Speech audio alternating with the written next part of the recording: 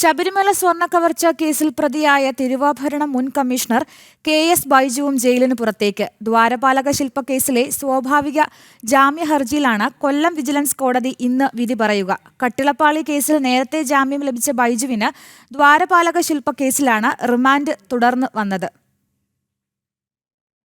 കഴിഞ്ഞ നവംബറിലാണ് തിരുവാഭരണം മുൻ കമ്മീഷണറായ KS ബൈജുവിനെ ശബരിമല സ്വർണ്ണക്കവർച്ച കേസിൽ പ്രത്യേക അന്വേഷണ സംഘം അറസ്റ്റ് ചെയ്യുന്നത്. കട്ടിളപ്പാളി കേസിലായിരുന്നു ആദ്യ അറസ്റ്റ്. പിന്നാലെ ദ്വാരപാലക ശില്പ കേസിലും പ്രതി ചേർത്തു. റിമാൻഡിൽ കഴിഞ്ഞു വന്ന ബൈജുവിന് കട്ടിളപ്പാളി കേസിൽ 90 ദിവസം പൂർത്തിയായതിനെ തുടർന്ന് ഫെബ്രുവരി 12-ന് വിജിലൻസ് കോടതി സ്വാഭാവിക ജാമ്യം അനുവദിച്ചിരുന്നു. തുടർന്ന് ദ്വാരപാലക ശില്പ കേസിലും റിമാൻഡ് 90 ദിവസം പൂർത്തിയായതോടെയാണ് ജാമ്യ ഹർജി സമർപ്പിച്ചത്. കഴിഞ്ഞ ദിവസം ജാമ്യ ഹർജി പരിഗണിച്ച വിജിലൻസ് കോടതി ഇന്ന് വിധി പറയും.